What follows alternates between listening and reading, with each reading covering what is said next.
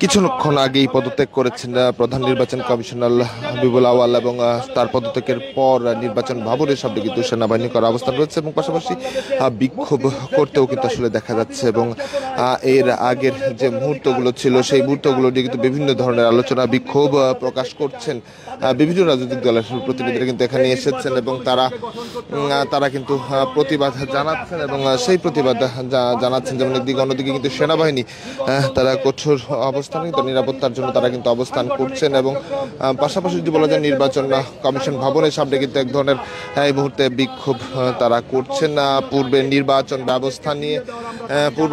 ব্যবস্থা নিয়ে কিন্তু তারা এক ধরনের যে সমালোচনা সেই সমালোচনা তারা করছে এবং পাশাপাশি যদি বলতে চাই নির্বাচন ভবনের সামনে পদত্যাগের পরপর কিন্তু বিক্ষোভ করছে ঠিক তেমনিভাবে সেনাবাহিনী কিন্তু কঠোর অবস্থানে নিরাপত্তা রয়েছে। বিরুদ্ধে তারা আজকে বিভিন্ন ধরনের এই তাদের চক্রান্তের কারণে আজকে জনগণ রাজনীতি এবং রাজনীতিবিদদের দিক থেকে মুখ ফিরিয়ে নেওয়ার মতো অবস্থা তৈরি করেছে। এজন্য দায়ী হচ্ছে নির্বাচন কমিশন। আজকে এই নির্বাচন কমিশনকে নির্বাচন পদ্ধতিরও আমরা আশা করব যে পরিবর্তন করতে হবে।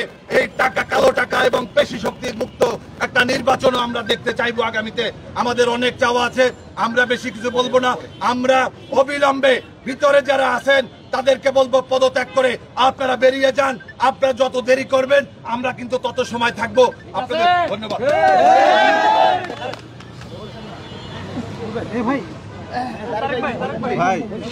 আপনারা দেখছিলেন গণ অধিকার পরিষদের একটি অংশ তারা কিন্তু এসেছেন এবং কথা বলছেন এবং যেমনটি দেখছিলেন নির্বাচন ভবনের সামনে কিন্তু হাবিবুল আওয়ালের পদত্যাগের পরপর কিন্তু আসলে আমরা লক্ষ্য করে হাবিবুল আওয়ালের পদত্যাগের পরপর কিন্তু আসলে সামনে নির্বাচন ভবনের সামনে কিন্তু বিক্ষোভ করতে দেখা গেছে এবং তারা মূলত গত সময় নির্বাচন কমিশনারের হাবিবুল আওয়ালের কমিশন যত নির্বাচনগুলো হচ্ছে সেগুলো নিয়ে সমালোচনা করতেও কিন্তু আমরা আসলে শুনতে পারছি এবং তারা কিন্তু তাদের যে বিক্ষোভ অবস্থান সেটি তারা করছে এবং এমন পরিস্থিতিতে হাবিবুল আওয়াল পদত্যাগের পর কিন্তু প্রধান নির্বাচন কমিশনার পদত্যাগের পরপরই নির্বাচন ভবনের সামনে কিন্তু আসলে সেনাবাহিনীর অবস্থান রয়েছে এবং তারা কিন্তু অবস্থান নিয়ে তারা নিরাপত্তা নিশ্চিত করতে তারা কিন্তু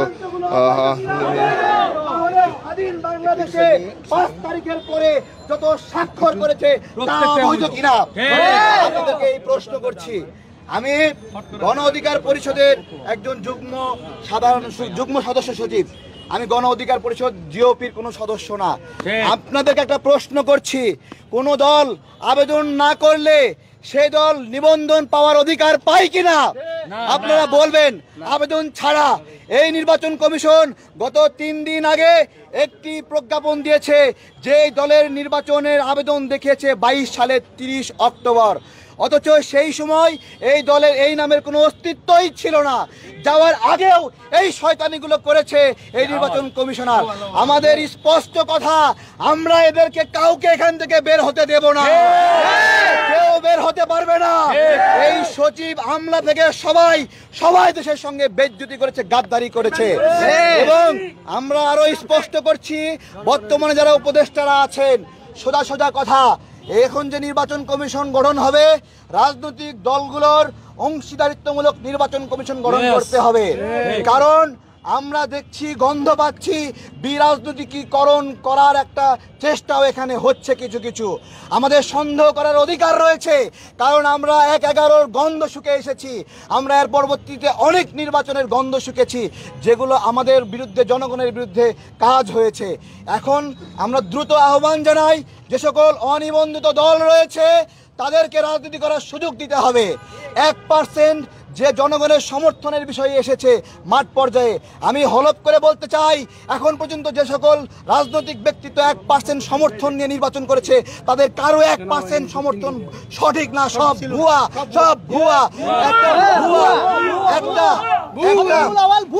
একটু বলি, একটা ভুয়া সিস্টেম দিয়ে রাষ্ট্রকে এচিয়ে পেঁচিয়ে রেখেছে এরা। শুধু তাই নয়, নির্বাচনের জন্য যে প্রান্তিক পর্যায়ে ভোটারদের সম্মতি বা সদস্য ফর্ম নেওয়া হয়, এইটাও আপনারা কল দিয়ে দেখবেন ম্যাক্সিমাম ভুয়া। এবং আমরা যেটা ভুয়া সেটার ভুয়া থাকার সম্ভাবনা সত্ত্বেও সেটার আদলে কিভাবে হতে পারে। আমাদের এই নিবন্ধন প্রাপ্তির বিষয়, আমাদের নির্বাচনী বিষয় এবং রাজনৈতিক সম্পৃক্ত করার বিষয়টি স্পষ্ট করে আমরা আহ্বান জানাচ্ছি যে এদেরকে যেন এখান থেকে বের হতে দেওয়া না হয় এবং আমরা এখানে আছি, একজনও বের হতে পারবে না, আমরা এখান থেকে গ্যারান্টি দিচ্ছি ইনশাআল্লাহ। আচ্ছা, এখানে আমরা বেশ কয়েকটি রাজনৈতিক দল উপস্থিত আছি। আমি গণ অধিকার পরিষদের সদস্য সচিব। এখানে আমাদের পিপলস পার্টির চেয়ারম্যান রয়েছেন, বাংলাদেশ লেবার পার্টির চেয়ারম্যান রয়েছেন, আরও বেশ কয়েকটি দল।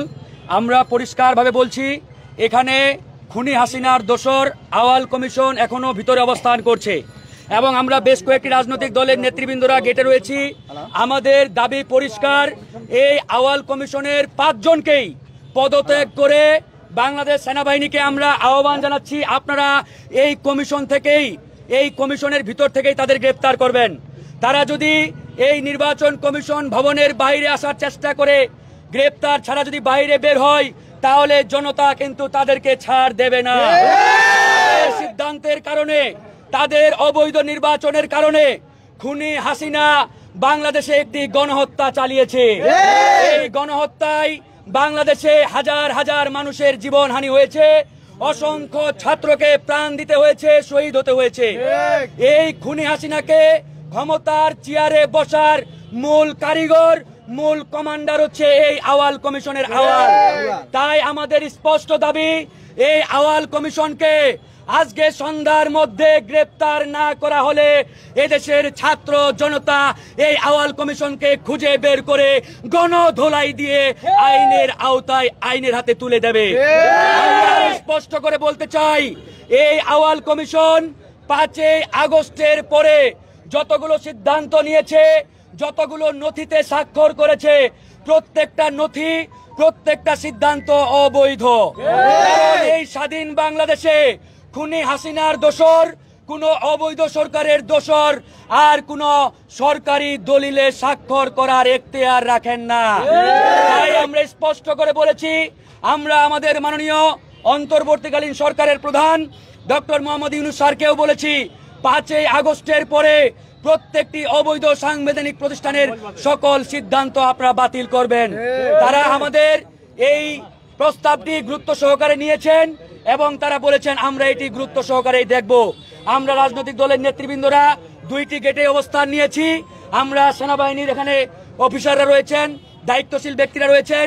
আমরা সেনাবাহিনীকে বলবো, আপনারা জনগণের পক্ষে ছিলেন, এখনো জনগণের পক্ষে আছেন। প্রিয় সেনাবাহিনীর ভাইরা, আপনারা এই খুনি হাসিনা, ভারতীয় দোসর, রয়ের দালাল আওয়াল কমিশনকে এই কমিশন ভবন থেকে গ্রেপ্তার করুন। যদি গ্রেপ্তার ছাড়া এই ভবনের বাইরে বের হওয়ার চেষ্টা করে, তাহলে ছাত্র জনতা তাদেরকে ছাড় দেবে না। পরিষ্কার দাবি আমাদের। সংগ্রামী সাথী বন্ধুগণ,